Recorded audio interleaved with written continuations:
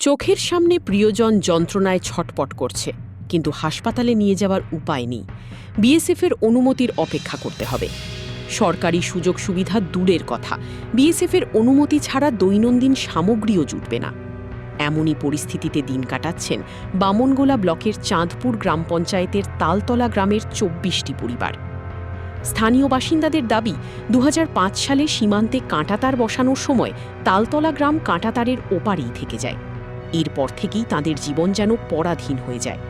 চিকিৎসা পরিষেবা হোক কিংবা বাজার করা, যতক্ষণ পর্যন্ত বিএসএফের সমস্ত যাচাই প্রক্রিয়া শেষ না হচ্ছে ততক্ষণ অপেক্ষা করতেই হবে। এই পরিস্থিতিতে কাঁটাতারের এপারে নিজের দেশে পুনর্বাসনের দাবি জানাচ্ছেন তালতলা গ্রামের বাসিন্দারা। এইখানে কাঁটাতারের সমস্যা, আমরা পুরনো বসতি চাই মুখ্যমন্ত্রীর কাছে। তাই আমাদের এখানে যাইতে আসতে খুব অসুবিধা। আধার কার্ড নিয়ে যেয়ে দাঁড়ায় থাকা লাগে 1 ঘন্টা দাঁড়ায় থাকা লাগে, তারপর এন্ট্রি করে আবার একটা ট্যাপে করে। অনেক কষ্টে আছি আমরা এখানে। একটা ব্যবস্থা করে দিলে আমরা ভালো হতো আমাদের। আমাদের এইখানে কাঁটাতার পড়ে গেছে। আমাদের বাংলাদেশে যে ভারতে আমরা এখানে থাকি, নদী মাঝখানে, আমরা এপার আর ওপার।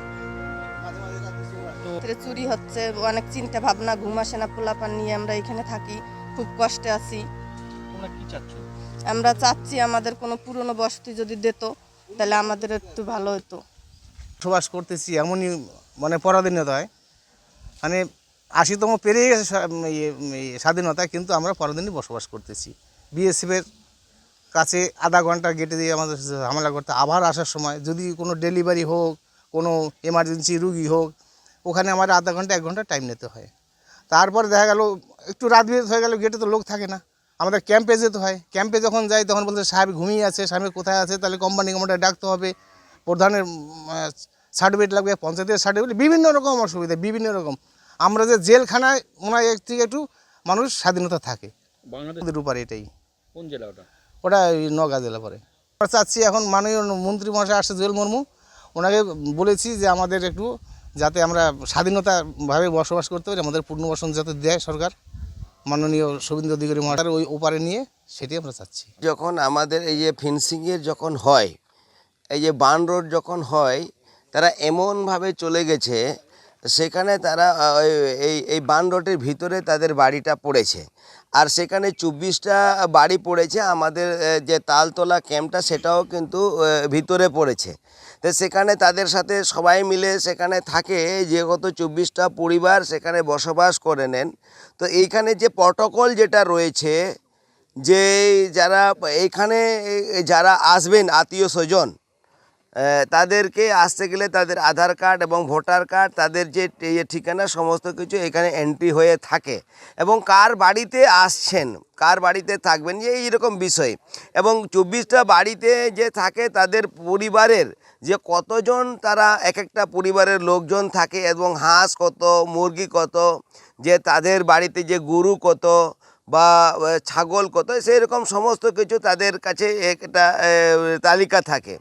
তারা ওই হাঁসও কিন্তু মরে গেলেও তাদেরকে জানাতে হবে যে আমার হাঁস মারা গেল, বা শুয়োর, এখানে তো শুয়োরের বিষয় আসে না, তাদের নজরে থাকে, যে যারা আসতে গেলেও তাদের নজরে থাকে এবং যেতে গেলেও তাদের নজরে থাকে।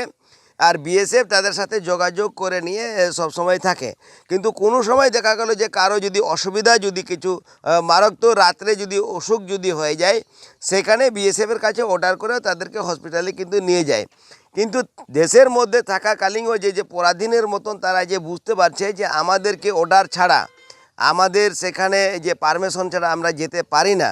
কিন্তু এই যে তাদের যে প্রতি মুহূর্তে যে 20 মিনিট বা 30 মিনিট তাদের যে সময়টা নষ্ট হয় যে এন্ট্রি করার সময়, তারা ওটাই ভাবছে যে আমরা এখান থেকে আমাদেরকে আপনারা ভালো জায়গায় নিয়ে গিয়ে রাখেন। আমরা এখানে লোকাল আমরা আলোচনা করেছি যে সরকারিভাবে তাদেরকে যে বিএলআরওর মাধ্যম দিয়ে জমিটাকে চিহ্নিত করে তাদেরকে কোথায় নিয়ে যাব, আমরা ভেস্টল্যান্ড কোথায় আছে, কোথায় রাখবো, সেগুলো চিহ্নিত করার জন্য আমরা কিন্তু চেষ্টা চলছে, এখানে ইনকোয়ারি চলছে।